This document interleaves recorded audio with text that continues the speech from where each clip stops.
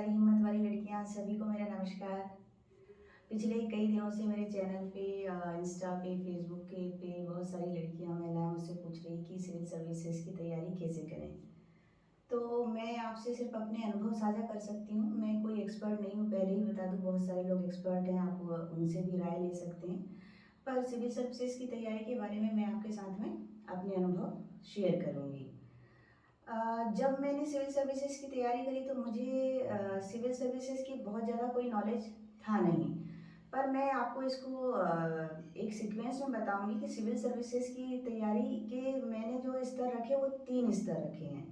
तो पहला स्तर जो है वो मानसिक रूप से अपने आप को प्रिपेयर करना, तैयार करना, और उसके बाद में हम दूसरे अन्य स्तरों के बारे में बात करेंगे।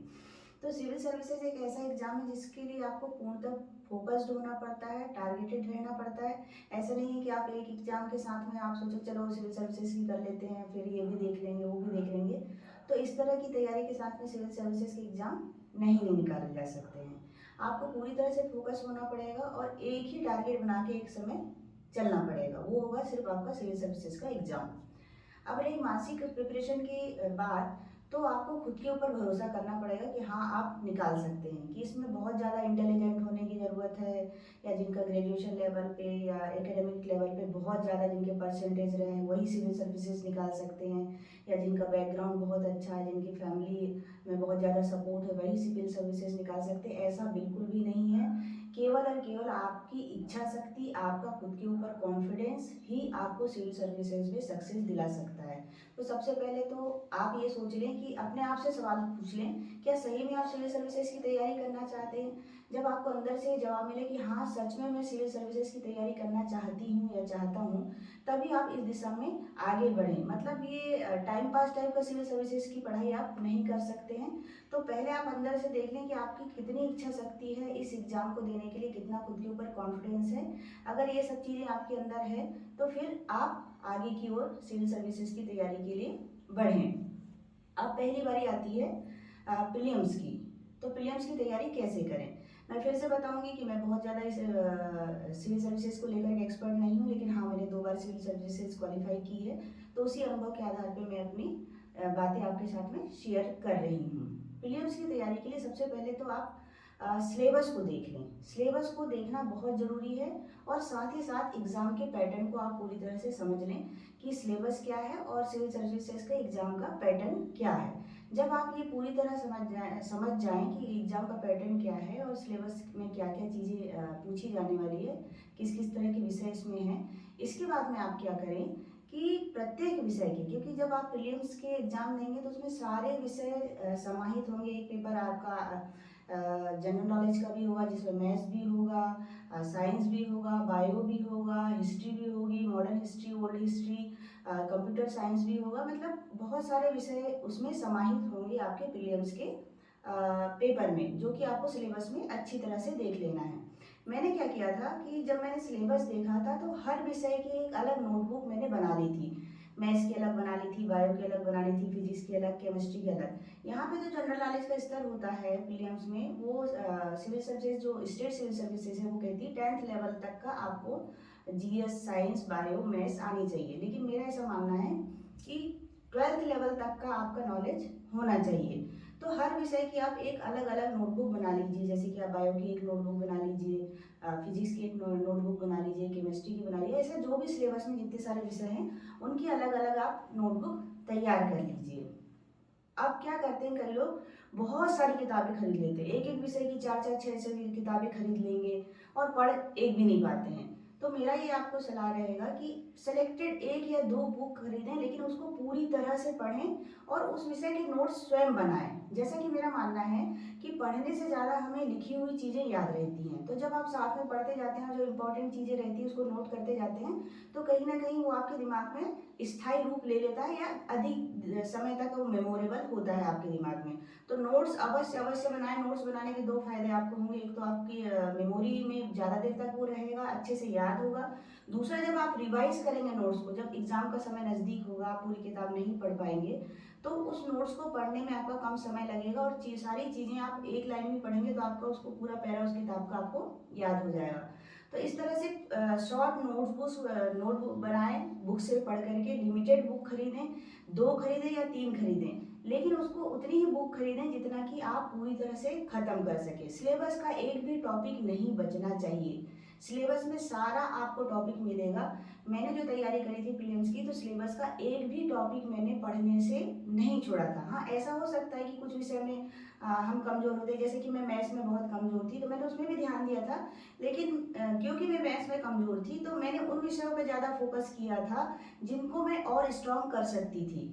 तो आपका भी हो सकता है ऐसा कोई विषय हो जिसमें आप थोड़े से वीक हो, या ना हो तो बहुत ही अच्छी बात है। तो अगर थोड़ा बहुत किसी विषय में आप वीक हैं तो उसमें तो फोकस करें ही करें, लेकिन उन विषयों पे ज़्यादा फोकस करें जिनमें आप और ज़्यादा स्ट्रांग हो सकते हैं और अधिक अंक ले सकते हैं। प्रीलिम्स की तैयारी में अब एक चीज़ आती है जो महिलाएं मुझसे बार बार प्रश्न पूछती है कि हमारी शादी हो गई है, बच्चे हैं, तो हम सिविल सर्विसेज की तैयारी कैसे कर सकते हैं, हमारे पास तो समय बचता ही नहीं है। तो देखिए, मैं आपको बताना चाहूँगी कि बहुत सारी महिलाएं ऐसी हैं जिन्होंने शादी के बाद में, बच्चों के बाद में सिविल सर्विसेज एग्ज़ाम क्वालिफाई किए हैं, और उनमें से एक मैं भी हूँ। जब मैंने सिविल सर्विसेज के एग्ज़ाम दिए थे तब मेरे 2 बच्चे थे। एक बच्चा मेरा लगभग 1.25 साल का था, और एक मेरा बेटा तो था, वो 3 साढ़े 3 साल का हो रहा था। तो मैंने 2 बच्चों के साथ ही पढ़ाई करी है। केवल ज़रूरत है समय प्रबंधन की। मान लो कि आपका बच्चा थोड़ा बड़ा है, स्कूल जाता है, तो उसके स्कूल जाने के पहले आपको सारे काम निपटा लेने हैं। अगर वो 4 घंटे के लिए स्कूल जा रहा है, थोड़ा बड़ा बच्चा है 6 घंटे के लिए जा रहा है, तो वो 4 से 6 घंटे आपको पढ़ाई करनी ही करनी है। ऐसा कुछ आपको स्लॉट अपने जो दिनचर्या है उसमें बनाना पड़ेगा। अगर आपका ज़्यादा ही छोटा बच्चा है जो स्कूल भी नहीं जाता है, तो दोपहर में शायद वो 1-2 घंटे सोता होगा या खेलता होगा, तो उस समय को हर किसी की, हर महिला की दिनचर्या अलग होगी, रिस्पॉन्सिबिलिटी अलग होगी। अपनी रिस्पॉन्सिबिलिटी, अपनी दिनचर्या के हिसाब से उसको अपना टाइम टेबल निर्धारित करना पड़ेगा कि कौन सा ऐसा समय है जिसमें वो पढ़ाई कर सकती है। ये तो हो गई दिन के समय की बात। कई लोग सुबह 4 बजे 5 बजे उठ करके पढ़ते हैं। हालांकि मैंने ऐसी कभी पढ़ाई नहीं करी, मैं कभी भी 4 बजे सो करके नहीं उठी हूँ, कभी भी मैंने मॉर्निंग में पढ़ाई नहीं करी। लेकिन अगर आपको ऐसा है तो आप अर्ली मॉर्निंग 4 बजे से उठ करके 2-3 घंटे का समय निकाल सकते हैं। अगर ये भी नहीं करना है तो आप रात को 10-11 बजे तक, जब आपके बच्चे सो जाते हों, तो 11 से लेकर के 1-2 बजे तक आप 3-4 घंटे निकाल लेंगी। तो अगर सोचिए, आप दिन में अगर आपने 3 से 4 घंटे निकाल लिए, और रात के टाइम अगर आपने 3 से 4 घंटे निकाल लिए, रात का अगर आप नहीं पढ़ रहे हैं तो अर्ली मॉर्निंग आपने 3 से 4 घंटे निकाल लिए, तो आपके पास में 8 घंटे निकल गए। ये निकालना बहुत आसान है, लेकिन हम जो जो भी हमारे काम होते हैं उसको प्रबंधन नहीं करते हैं, सही तरीके से नहीं करते हैं, तो हमें लगता है कि हमारे पास में समय नहीं बच रहा है।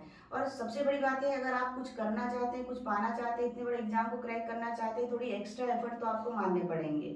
उसके बिना तो प्रीलिम्स में या सिविल सर्विसेज के बारे में सोचना भी मुश्किल है। दूसरी सबसे बड़ी बात है, एक दिन हम 8 घंटे पढ़ के या 4 घंटे पढ़ के 30 मार्क हार नहीं बन सकते हैं। निरंतरता बनी रहनी जरूरी है। अगर आपके पास में एग्जाम देने के लिए 1 से 1.5 साल का समय है, तो आप प्री और मेंस की साथ में तैयारी करिए। जैसा कि मेरा अनुभव है, मैंने तो प्री के एग्जाम में ही तैयारी करी थी, और विज्ञापन निकलने के बाद में ही मेरे पास में लगभग 3 से 3.5 महीने का समय ही था, तो मैंने प्रीलिम्स की ही तैयारी करी थी। कंटिन्यूसली बहुत ज़्यादा आवश्यक है कि निरंतर आप उस चीज़ को, अगर 6 घंटे पढ़ रहे हैं, 8 घंटे पढ़ रहे हैं, तो डेली आप पढ़ें।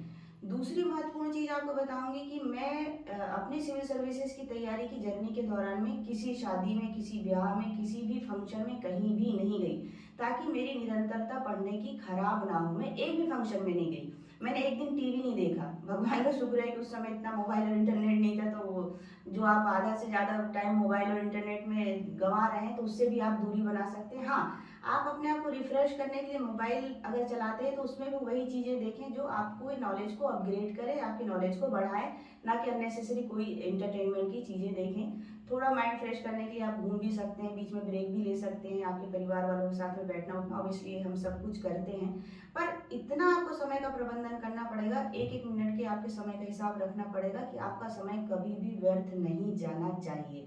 अब ये आप डिसाइड करें कि आप अर्ली मॉर्निंग उठ करके पढ़ेंगे कि लेट नाइट पढ़ेंगे, और दिन में आपको 3 से 4 घंटे का समय किसी भी तरह से निकालना ही पड़ेगा। सिविल सर्विस के एग्जाम ऐसे नहीं है, और हो सकता है कि किसी लोगों का आईक्यू बहुत तेज होता हो, वो 2 घंटे 3 घंटे पढ़ के ही सिविल सर्विसेज निकाल लेते हैं। लेकिन मेरे आसपास जितने भी मेरे मित्रजन हैं या मेरे दोस्त हैं, जो लोग भी है इस क्राइटेरिया में जो सिविल सर्विसेज निकाल चुके हैं, उनसे तो मैंने किसी से नहीं सुना कि वो 2 घंटे पढ़ के या 1 घंटे पढ़ के सिविल सर्विसेज उन्होंने निकाल लिया हो। सबने बहुत कड़ी मेहनत करी है और सबने निरंतरता बनाई रखी है, डेली डेली अपने समय का सदुपयोग किया है।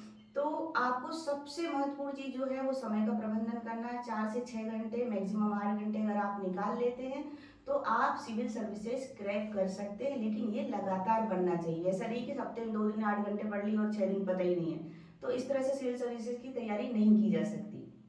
तो फिर से मैं आती हूँ समय प्रबंधन के बारे में प्रीलिम्स की तैयारी के लिए। तो बुक्स का आप अध्ययन करें, साथ में नोट्स बनाएं और रिवीजन बहुत महत्वपूर्ण है। एक बार बुक खत्म हो जाती है, कई लोग सोचते हैं कि हमने पढ़ लिया, लेकिन ऐसा नहीं है। एक बार पढ़ने के बाद में आपको चीज़ें बहुत ज़्यादा क्लियर नहीं होती हैं और बहुत ज़्यादा याद नहीं होती है। एक बार में आप पढ़ें और जो भी इम्पोर्टेंट चीज़ आपको लग रही है उस विषय की, उसके नोट्स तैयार कर लें। जितना भी आपके पास में समय है उसको बार बार रिवीजन करते रहें। चाहे आपको लग रहा हो कि वो चीज़ मुझे बहुत अच्छे से आ गई है, मुझे बहुत अच्छी तरह से याद है, फिर भी जब तक आपके पास में समय है रिवीजन करते रहें। हर विषय की अलग नोटबुक बनाएं। ये तो हो गई प्रीलिम्स की बात। अब प्रीलिम्स देने के बाद में बिना समय रिजल्ट का इंतजार किए, मतलब बिना समय देखे कि भाई कब रिजल्ट आएगा फिर हम मेंस की तैयारी करेंगे, खैर मैंने तो वो भी काम किया कि मेंस के प्रीलिम्स के रिजल्ट आने के बाद में मैंने मेंस की तैयारी करी।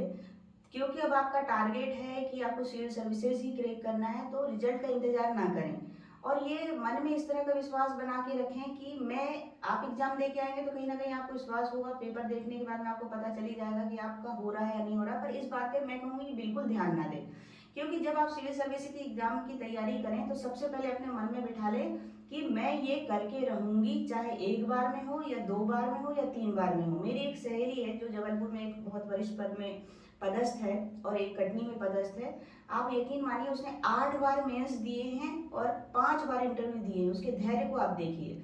इस एग्जाम में धैर्य रखना बहुत आवश्यक है और सेल्फ मोटिवेशन, खुद को मोटिवेट करना बहुत जरूरी है। तो प्री के रिजल्ट आने के पहले ही आप मेंस की तैयारी कर लीजिए। रिजल्ट आने में 3 से 4 माह का समय लग जाता है, कई बार लेट भी हो जाते हैं। उस बीच में आप मेंस की फिर से कैसे तैयारी करेंगे, वही पैटर्न रखेंगे कि आपको देखिए प्री और मेंस में बहुत ज़्यादा सब्जेक्ट में डिफरेंस नहीं है। जो आप ऑब्जेक्टिव आंसर्स दे रहे हैं प्री में, वही आपको मेंस में रिटर्न में देने होंगे। तो मेंस में आपको थोड़ी सी डिटेल में नोट्स बनाने पड़ेंगे। फिर मैं वही कहूँगी कि हर मेंस का भी सिलेबस दिया हुआ है, सिलेबस के विषय अनुसार अलग अलग नोट्स आप तैयार कर लें। आप यकीन मानिए कि जब मैं मेंस के एग्जाम के लिए नोट्स तैयार कर रही थी तो आज तक मैं इस उंगली में गठान बंधा हुआ है कि मैं पूरे टाइम पढ़ने के साथ साथ में आधा पढ़ती थी और आधा टाइम में नोट्स बनाती थी। उससे मुझे बहुत बहुत फायदा हुआ। फायदा क्या हुआ कि मेरी राइटिंग स्किल्स अच्छी हुई। मेंस में आपको 6 घंटे लिखने होंगे एक दिन में। एक पेपर सुबह होगा, एक पेपर शाम को होगा, मतलब 3 घंटे सुबह लिखने, 3 घंटे शाम को लिखने।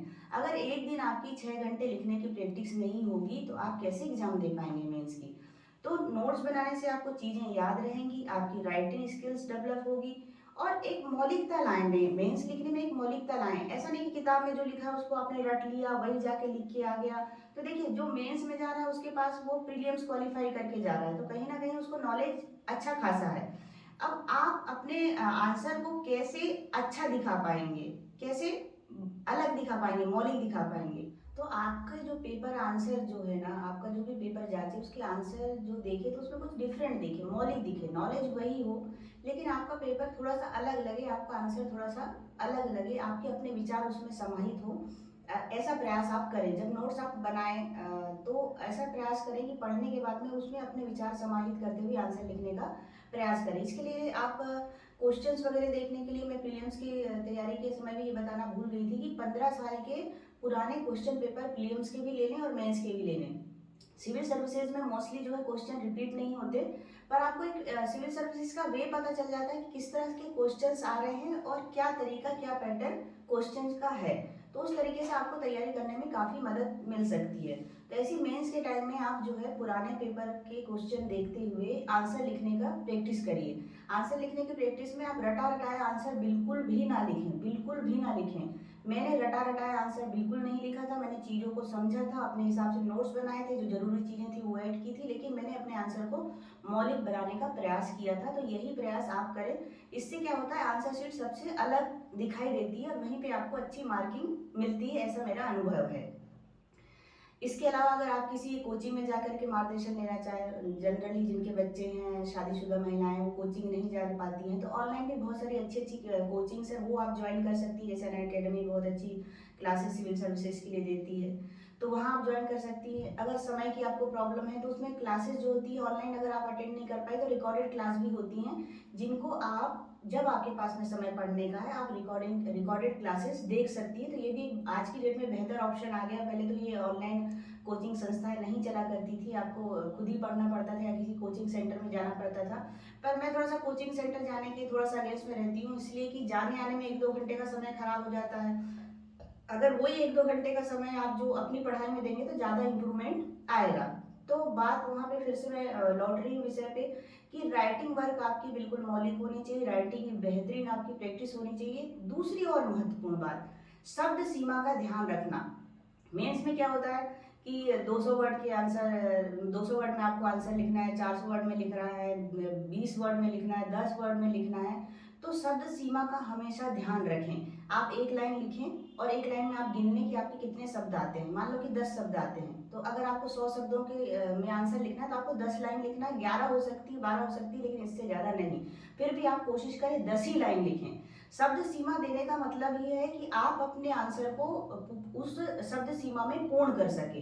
तो वर्ड लिमिट में भी आंसर लिखने की प्रैक्टिस करें। एक ही क्वेश्चन को 10 वर्ड के आंसर में, 20 वर्ड के आंसर में, 100 वर्ड के, 200 वर्ड के आंसर में लिखने का प्रयास करें, ताकि इंपॉर्टेंट चीज ही अगर आपको बतानी 10 वर्ड में, तो आप एक लाइन में उस आंसर को कैसे लिखेंगे, 2 लाइन में कैसे लिखेंगे, 10 या 20 लाइन में कैसे लिखेंगे, ये प्रैक्टिस होना बहुत महत्वपूर्ण है। इसके अलावा तीसरी महत्वपूर्ण चीज है, क्योंकि मैं हिंदी माध्यम से मैंने एग्जाम दिया था, पर जो इंग्लिश मीडियम से दे रहे हैं उनके लिए भी ये चीज़ महत्वपूर्ण रहेगी कि कहाँ कॉमा लगाना है, कहाँ पे आपको पूर्ण विराम लगाना है, कहाँ से आपको पैराग्राफ चेंज करना है। ये चीज़ भी बहुत बहुत महत्वपूर्ण है। ऐसा नहीं कि एक लाइन से लिखते गए और बिल्कुल आपको बिल्कुल सीक्वेंस में दिखने लग गया। तो आप एक बहुत बड़े एग्जाम को क्वालिफाई करने के लिए जा रहे हैं, तो आपकी आंसर राइटिंग की स्किल को भी देखा जाएगा, उसके लिए नंबरिंग आपके लिए फायदेमंद होगी। तो छोटी छोटी चीज़ों का, कॉमा का, पूर्ण विराम का, पैराग्राफ चेंज करने का, इन चीज़ों का आप ध्यान रखें। कोई चीज़ आपको लगती है बहुत महत्वपूर्ण है तो आप हाईलाइटेड भी कर सकते हैं। हाईलाइटेड मतलब कि मैंने कलर स्केच से हाईलाइटेड नहीं किया था, मैंने ब्लैक कलर के पेन से जहाँ पे मुझे कोई महत्वपूर्ण चीज़ लगी तो मैंने एक लाइन जो महत्वपूर्ण थी या 1-2-3 वर्ड जो महत्वपूर्ण थे उसको मैंने ब्लैक पेन से लिखा, बाकी मैंने आंसर ब्लू पेन से दिया हुआ था, तो वो चीज़ थोड़ी सी हाईलाइटेड दिखाई दे रही थी। मौलिकता लाने के लिए जैसे कि आप ऐसी राइटिंग भी आपकी होगी, हिंदी में भी आपको ऐसे लिखना होगा, इंग्लिश में भी आपको ऐसे लिखना होगा, तो ऐसे को भी ऐसे लिखें, निबंध को भी ऐसे लिखें कि उसमें आपके मौलिक विचार आने चाहिए, कुछ मौलिकता, उसमें कुछ नयापन दिखना चाहिए। ऐसा नहीं कि आपने कोई एक विषय पढ़ लिया, महिलाओं के अधिकार, विज्ञान की प्रगति या सामाजिक व्यवस्था या वित्तीय व्यवस्था, बहुत सारे जो आप पुराने पेपर देखेंगे तो बहुत सारे विषय पे निबंध आते हैं लिखने के लिए, तो उन विषयों को पढ़ें जरूर, लेकिन अपने मौलिक विचार वहाँ पे लिखें ताकि आपका निबंध भी मौलिक दिखे। मैंने बहुत सारे निबंध में पोएट्स भी लिखे थे, क्योंकि मैं थोड़ी सी पोएट्री राइटिंग भी करती हूँ, कविताएं भी लिखती हूँ, तो कई जगह मैंने विषय में कविताएं भी डाली थी जहाँ पे आवश्यकता थी। ऐसे में ऐसा नहीं कि आप कोई साइंस का पेपर है उसमें आप ऐसा कुछ कर दें, इस तरह से नहीं। खैर, आप सिविल सर्विसेज की एग्जाम की तैयारी करने जा रहे हैं तो आप मानसिक रूप से पूर्णतः परिपक्व होंगे, कहाँ किस तरह से चीज़ें लिखनी है आपको पता होगा। मैं एक बेसिक नॉलेज दे रही हूँ आपको। ये तो हो गई मेंस की बात। अब फिर से हम प्रीलिम्स से मेंस तक आ जाएं, इंटरव्यू को हम बिल्कुल अलग कर देते हैं। तो समय प्रबंधन, राइटिंग स्किल और बार बार चीज़ों का रिवीजन करना, ये सबसे महत्वपूर्ण है। रिवीजन करना मेंस और प्रीलिम्स दोनों के लिए महत्वपूर्ण है, लेकिन राइटिंग स्किल्स मेंस के लिए सबसे ज़्यादा महत्वपूर्ण है। तो आप ऐसा नहीं कि पढ़ लें और राइटिंग स्किल्स पे आप काम ही ना करें। अगर आप दिन में 8 घंटे पढ़ रहे हैं तो कम से कम 3 घंटे आपको डेली लिखना ही चाहिए। इससे आपकी राइटिंग स्किल अच्छी होगी, आपकी मेमोरी में वो चीज़ें याद रहेंगी, टॉपिक आपके लिए क्लियर होते जाएंगे। तो ये हो गई मेंस की बात। अब हम इंटरव्यू पे आ जाते हैं। अगर आप मेंस क्वालिफाई कर लेते हैं तो आप इंटरव्यू पे जाएंगे। देखिए, इंटरव्यू जो है ना वो व्यक्ति का व्यक्तित्व जाँचने के लिए, परखने के लिए ही इंटरव्यू होते हैं, क्योंकि उसको पता है वो प्रीलिम्स क्वालीफाई करके आया, मेंस क्वालीफाई करके आया है, तो उसको नॉलेज तो है। तो समसामयिक विषयों पे ध्यान रखें। न्यूज़पेपर आप पढ़ सकते हैं, अभी जो चल रहा हो आपके स्टेट में, कंट्री में, आस-पास की कंट्री में, उसको थोड़ा ध्यान देखें। उसके लिए आपको डेली न्यूज़पेपर पढ़ना चाहिए। मैंने क्या किया था, प्रीलिम से लेकर के इंटरव्यू तक डेली एक न्यूज़पेपर मैं पढ़ती थी, और मैंने न्यूज़पेपर का ही एक नोटबुक अलग बना रखी थी, और मुझे जो भी ऐसा, सारे न्यूज़पेपर में तो इम्पोर्टेंट चीज़ें होती नहीं है, तो जो भी मुझे इम्पोर्टेंट चीज़ लगती थी मैंने उस सारी चीज़ों को नोट डाउन कर लिया था। उस 8 से 10 महीने के न्यूज़पेपर का मेरे पास में मेरी नोटबुक में कलेक्शन था। अब आप सोचें कि आप कटिंग बना के चिपका लेंगे या उन पेपरों को बचा के रख लेंगे, तो ऐसे करने से याद नहीं होता है। रिवीजन करने में आपको दिक्कत आएगी। तो नोट्स बनाना बहुत महत्वपूर्ण है, लिखना बहुत महत्वपूर्ण है। तो मैंने जितने भी न्यूज़पेपर मैंने पढ़े थे उस दौरान में, उन सब में जो भी महत्वपूर्ण चीज़ें थी उनके नोट्स मैंने बना लिए थे। इंटरव्यू के टाइम में मैंने उनको रिवाइज किया था, आसपास की चीज़ों को ध्यान दिया था, और बिल्कुल मैं टेंशन फ्री थी। बिल्कुल टेंशन फ्री थी, बिल्कुल मेरे मन में कोई भय नहीं था, बल्कि मेरी लाइफ का पहला इंटरव्यू होने जा रहा था। इसके पहले मैंने लाइफ में कोई इंटरव्यू नहीं दिया था। मेरा इंटरव्यू अच्छा रहा। स्वाभाविक रूप से प्रस्तुत हुए, मतलब कि नेचुरल रूप से प्रस्तुत हुए, मतलब ऐसा बनावटी तरीके से बात ना करें, सभ्यता का पूरा ध्यान रखें, और जो आपको आता है बिल्कुल अच्छे से बताएं। नहीं आता है तो आप क्षमा मांगते हुए बोल सकते हैं, सर इस विषय में मुझे अधिक जानकारी नहीं है या बिल्कुल नहीं है। अगर थोड़ी बहुत जानकारी है तो आप ये बोल सकते हैं कि सर इस विषय में मुझे थोड़ी जानकारी है, यदि आप कहें तो मैं बताऊं, अन्यथा इस विषय में मुझे अधिक जानकारी नहीं है। ईमानदारी का परिचय दें। आप सिविल सर्वेंट बनने जा रहे हैं, तो आपके जो इंटरव्यू हो उसके आपके आंसरों में आपकी ईमानदारी, आपकी रिस्पॉन्सिबिलिटी झलकनी चाहिए। पर्सनालिटी का ही वो चेक कर रहे हैं इंटरव्यू लेने के कारण, क्योंकि आपका नॉलेज का तो पहले ही उन्होंने परीक्षा के माध्यम से देख लिया है, तभी आप इंटरव्यू तक पहुंच पाए हैं। तो इंटरव्यू बहुत बड़ा कोई विषय नहीं है, और मेंस ही सब कुछ है। मेंस ही सिविल सर्विसेज में सब कुछ है, क्योंकि देखिए प्रीलिम्स सिर्फ क्वालिफाइंग एग्जाम है। प्रीलिम्स के मार्क्स कभी मेंस में नहीं जुड़ते हैं, केवल मेंस और इंटरव्यू के मार्क्स जुड़ करके जो है मेरिट लिस्ट बनती है। प्रीलिम्स एक क्वालिफाई एग्जाम है, तो प्रीलिम्स को तो ध्यान देना है, क्योंकि अगर प्रीलिम्स को आप क्वालिफाई नहीं कर पाएंगे तो मेंस को आप नहीं दे पाएंगे। मेंस आपको बहुत अच्छे से करना है, बहुत अच्छे से राइटिंग स्किल को डेवलप करना है, टाइम मैनेजमेंट बहुत अच्छा रखना है, बार बार रिवीजन करना है। ये सब चीज़ें आपको इंटरव्यू में भी सहायता करेंगी, और मेंस में आपके अधिक नंबर हुए तो वो इंटरव्यू में भी प्लस होकर के आपको एक अच्छी रैंकिंग में पहुंचा देंगे। तो ये एक तो साधारण सी मैंने आपको सिविल सर्विसेज की तैयारी के बारे में बात करी आपसे, लेकिन इससे ज़्यादा कहीं अगर कोई चीज़ जरूरी है सिविल सर्विसेज की तैयारी करने के लिए, तो वो है मानसिक रूप से तैयार होकर धैर्य से, बहुत ईमानदारी से मेहनत करने की। आशा करती हूँ कि मेरी बताई हुई चीज़ें आपके लिए उपयोगी होगी, और ये सोचना बिल्कुल बंद कर दीजिए कि शादीशुदा महिला या बच्चे जिनके हो गए हैं वो सिविल सर्विसेज नहीं निकाल सकते हैं। किसी भी परिस्थिति में, किसी भी हालत में आप सिविल सर्विसेज निकाल सकते हैं। कोई ज़रूरी नहीं कि आप बहुत बड़े स्कूल में पढ़े हुए हों, इंग्लिश मीडियम के बच्चे हों, बहुत बड़ा अच्छा बैकग्राउंड हो, बहुत सारी आपके पास में किताबें हों, आप लिमिटेड संसाधन में भी सिविल सर्विसेज निकाल सकते हैं। सिर्फ एक ही चीज़ की ज़रूरत है, खुद के ऊपर विश्वास और खुद के लिए ईमानदारी बरतने के लिए। धन्यवाद।